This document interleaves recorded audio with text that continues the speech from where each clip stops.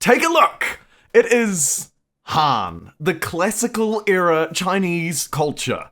The virtuous sovereign brings all men under the rule of heaven. What do they do exactly? Well, they're an expansionist culture, which is great since the last update. Splendor of the Silk Road provides +2 influence per territory, per number of trade routes on a territory, I should say. That is super fascinating. So we're rewarded for trade, and we get quite a lot of influence for doing it. We have an Imperial Mint as our district. This is also a pretty spicy one because expansionist cultures don't often have districts that count as both market and maker's quarters, right? Pretty weird. +1 money per copper. Okay. And also luxury resources provide +2 influence and +1 money. And as I say, it counts as those two districts. Quite spicy, potentially. And what's even more spicy, take a look at this unique Crossbow unit.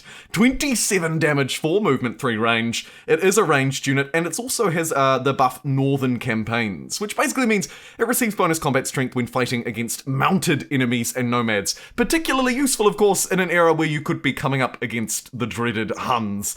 Let's jump in as the classical Han culture. Love that they've used the Ming artwork here as well, instead of just slapping on whatever was within this era. Really like that.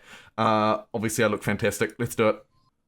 And we do have someone near us. It's none other than Pete. You are the Assyrians, another expansionist culture. Let's see if we can get some trade going, right? Because this is really, we want trade routes. So I need to connect some resources and get trading. And I'm actually relatively resource scarce at the minute, which probably means connecting this is a good idea. We can at least get some lead going. Okay, so we are playing an expansionist culture, so we may as well use our under one banner ability, right? Try and steal one of these outposts, like this one down here. So let's move toward that, or potentially even this one here. This one's probably too close to Assur. Oh my god, we could actually almost just destroy it. That is not in the spirit of this culture, but man, we are close to doing it. Okay, Han. Let us expansionize one of these. Okay, so we're gonna befriend old Pete to the north and hoover up all of these different trade routes, right? Because that's gonna be adding into my influence total now. Basically, you can see that I'm getting quite a lot more now than I was before I enacted those trade routes, thanks to, of course, the fact that we are receiving +2 influence per trade route on territory, so our territories will now be providing a lot more influence. The thing that I'm really struggling with at the moment, though, is that I need a second copper to actually build my unique district. Unfortunately, for whatever reason, it requires 2 copper to build it, which isn't impossible, but I mean, I've got, what, 5 territories so far, and I haven't managed to find a second copper? So I'm really on a desperate hunt for that now. Lucky because we started as the Harapans, we do have a little bit of extra movement on our side, right? Our runners are quite fast, so hopefully we can use them to our advantage to sort of outpace the opponent here. We're gonna try anyway. More trade routes for more influence. Let's take a look. So I'm getting 110 influence per turn at the moment, and if I buy, say, this silver and this lead, that's 2 more active trade routes. And now we're at 114. Yeah, so that is working broadly as intended, which is nice. It pays to double check sometimes. You never know, particularly with modded cultures, right? You never know. +1 science per number of trade routes seems good, as we sort of focus in on more of a tradey focus. And here we go, standing army has been researched. A really important tech normally, of course, because you unlock iron and swordsman. But now, of course, also we're getting our unique crossbowman too. Very exciting. I'm keen to give it a go, and we're probably going to test it out on our aggressive neighbors here. So first and foremost, let's get iron connected. Iron, not something that I'm particularly struggling with. Ugh, they are pillaging me, but it's going to take them 6 turns. So what we'll do is spit out a few of our unique units. Oh my god, they're doing it here too. Stop. Build some in the capital as well, I think, after successfully completing Stonehenge too, don't mind if I do. I think that'll just give us a little bit more of a standing army that we need to really bring this home. And let's try and sort of come around down this way, see if we can find the second copper that I so desperately need. Also kind of hoping that my neighbor will pick some up, but clearly that is not a thing. Okay, I am just swamped with freaking rolling AI units.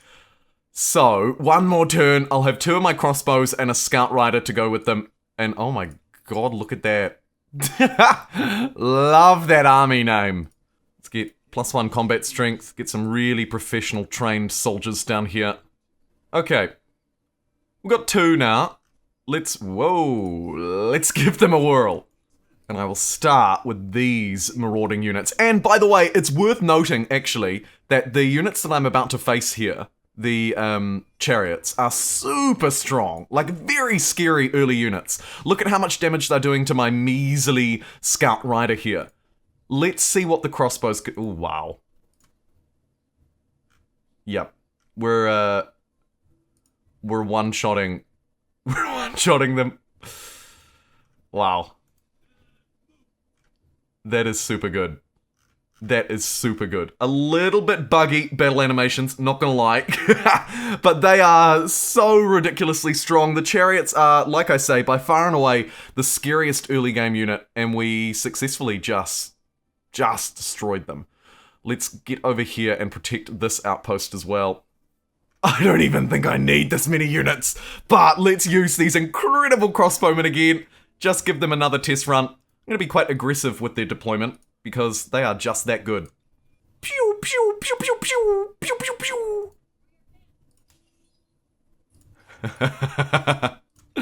Oh, it's easy victories. It's easy victories. I'm not going anywhere. I am absolutely staying as the Han. Let us move through. See if we can take down this city, which seems to be starving. So we're actually going to probably do these people a favor. Alright, Crossbows, let's see how good you are against a city with quite a lot of units, actually. I think we're gonna absolutely destroy them. But let's find, hey, what are you? Alrighty, so, AI is running at me. Wow. Literally running at me. What is going on? Oh my god, look at them go, speed runners. Alright, our crossbows seem to be just basically destroying anybody who runs at them. Right? Look as they just rain down fire.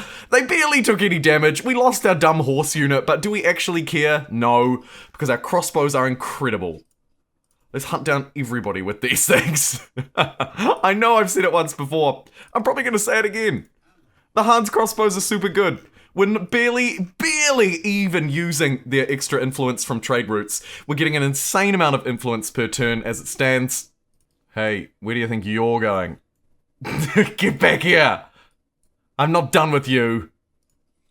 Not done with you in the slightest. If I can't get my unique buildings through lack of copper, I'm at the very least gonna take down anybody who stands in my way with these crossbows. Which, unfortunately for you... Oh no, they disappeared! Out of fear.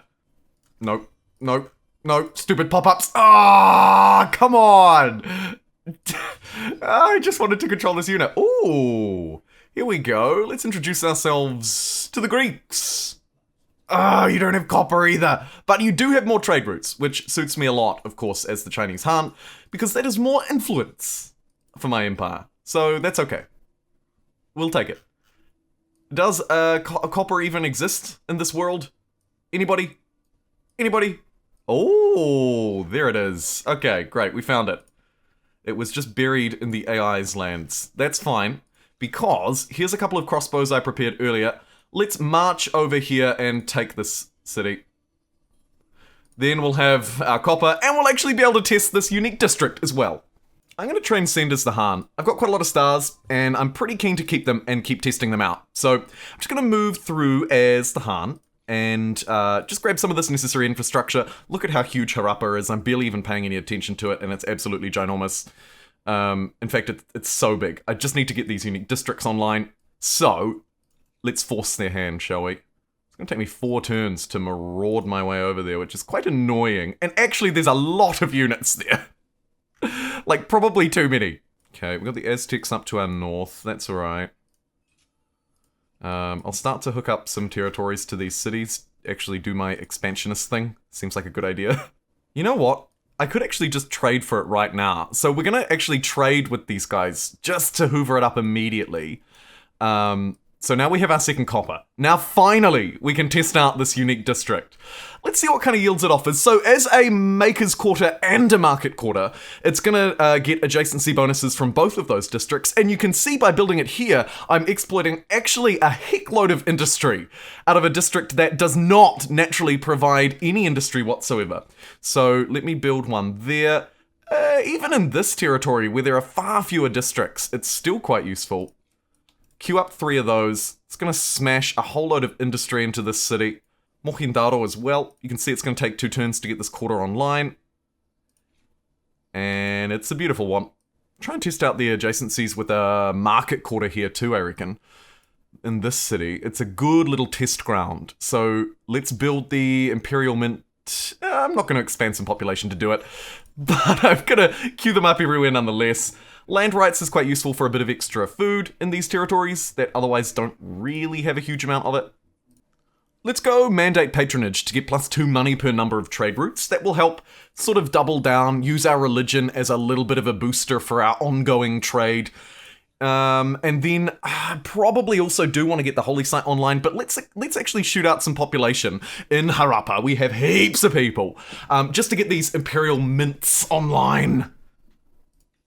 Might even consider building some market quarters, although my market quarters are very bad, so maybe I just go for the holy site gag. And woofaroo, in our new territory, all the mints. You know what, it's a good thing we traded with these guys actually, because I don't think my 2 crossbows could take out 11 units. That is, yeah, we're quite lucky that we traded. But I think actually it would be a reasonable test of their strength, just to see how many units they could take down. So what I'm going to do is actually start this fight. Just see how strong these units really are. It's unfortunate that they're so glitchy, because otherwise this would be a really fun culture. And actually, as I reflect here on the Han culture, I think that their power balance is brilliant. I think that the way that the developer for this mod gave the Han an extra ability to earn a whole lot of culture, influence rather I should say, a whole lot of influence through their Imperial mints. I like the fact that they use copper. Their unique unit is so incredibly strong. Unfortunately, it can be a little difficult to get 2 copper that's required to build them. I think that that is maybe a little bit too high. However, it does incentivize trade, I suppose, which is a whole part of their thing. Their unique unit is very strong, and overall, I do think they're worth a go. However, as you can see here, there really are some limitations in this mod. It glitched out my civics and a few other things. But otherwise, a super interesting culture that I would recommend you check out if you can deal with glitchy combat and civics. Thank you very much for watching, and I'll see you next time.